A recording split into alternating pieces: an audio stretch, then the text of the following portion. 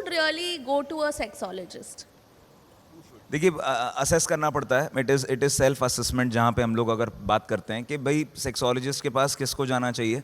जो लोग ये सारे एज ग्रुप्स में डिफाइन करते हैं, अगर हम इसको टीनेजर्स को अगर करें या फिर at the time of marriage करें या पोस्ट मैरिज करें, जब परिवार पूरा कंप्लीट हो चुका है, एक स्टैचर पे बैठे हैं, उसके बाद में यू नीड, मतलब जैसे स्किन पे आपको हल्के से रिंकल्स आते हैं या चीज़ें आती हैं तो स्किन लूजनिंग होती है, एजिंग इफेक्ट है। अब वो प्राइमरीली ऑर्गन पे भी होता है। इस चीज़ के लिए मतलब ये जो टाइटनिंग है, पेनाइल टाइटनिंग है और वजाइनल टाइटनिंग है, हाइफूज हैं, इस सब चीज़ों के लिए टेक्नोलॉजीज़ हैं बहुत सारी। बट मेजरली पेशेंट जब बहुत जल्दी अगर इजैकुलेट कर रहा है या फिर उसकी शादी होने वाली है, he is not confident about his things या फिर उसका कोई भी एक्सपीरियंस नहीं है, वहाँ पे उसको एक बार किसी भी एक सेक्सोलॉजिस्ट की हेल्प सीख करनी चाहिए। अगर बिकॉज कहा जाता है ना, first impression is the last impression.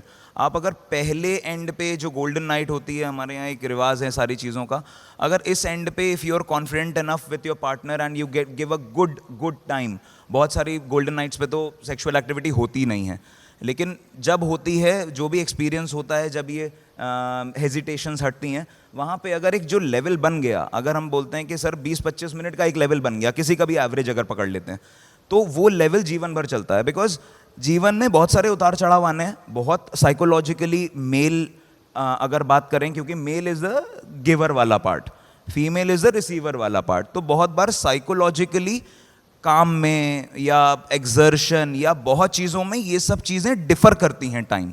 मतलब कभी हम बहुत जल्दी विद इन 2 मिनट्स हो गए, कभी आई एम टेकिंग 20 मिनट्स, तो ये सब चीज़ें चलती रहती हैं। लेकिन अगर फर्स्ट इंप्रेशन दिमाग में बैठ जाता है ना कभी कभी फीमेल के, तो that is a question mark कि भाई ऐसा कुछ भी हो रहा है।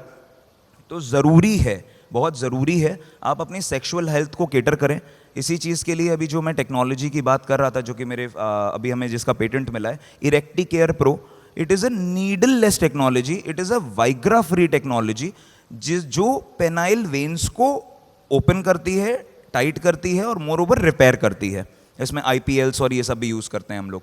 तो ये सारी छोटी छोटी टेक्निक्स, ये सारी छोटी छोटी चीज़ें, मैं ये नहीं कहता कि जैसे ही आप परफॉर्म नहीं कर पाओ जाके वाइग्रा ले लो। हमारे इंडिया में थोड़ा सा ये एक बहुत बड़ा मैं इसको बोलूँगा, एक ये बहुत नेगेटिव पार्ट है। आप मेडिकल स्टोर पे जाते हो, you ask for a condom, वो आदमी सामने से बोलेगा गोली दूँ क्या?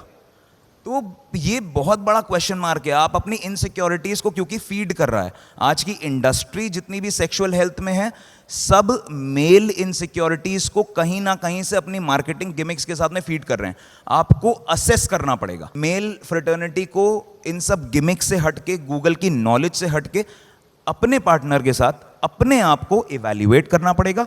उसके बहुत ही हॉलिस्टिक ट्रीटमेंट, बहुत ही हॉलिस्टिक अप्रोचेस हैं। सिर्फ गोली खा के सेक्स करना सॉल्यूशन नहीं माना जाएगा, ना ही बहुत ज़्यादा बुद्धिमत्ता वाली बात मानी जाती है, क्योंकि कहीं ना कहीं अगर वेन्स ब्लॉक्ड हैं, प्रेशर देंगी, हार्ट तेज काम करेगा। Because previously tadalafil, sildenafils were treated, मतलब ये कार्डियोलॉजी वाले विभाग यूज़ करते थे, लेकिन अब वो ओवर द काउंटर चल रही है। जैसे कि आप एक डाइजेस्टिव पिल लेते हो, वैसे ही आप ये गोली ले रहे हो। इसको स्टॉप करना पड़ेगा, बिकॉज ये बहुत सारे हार्ट अटैक्स, ब्रेन स्ट्रोक्स, ये बहुत सारी चीज़ें केटर कर रही हैं और इसकी हिस्ट्री डॉक्टर्स को पता भी नहीं लग पाती।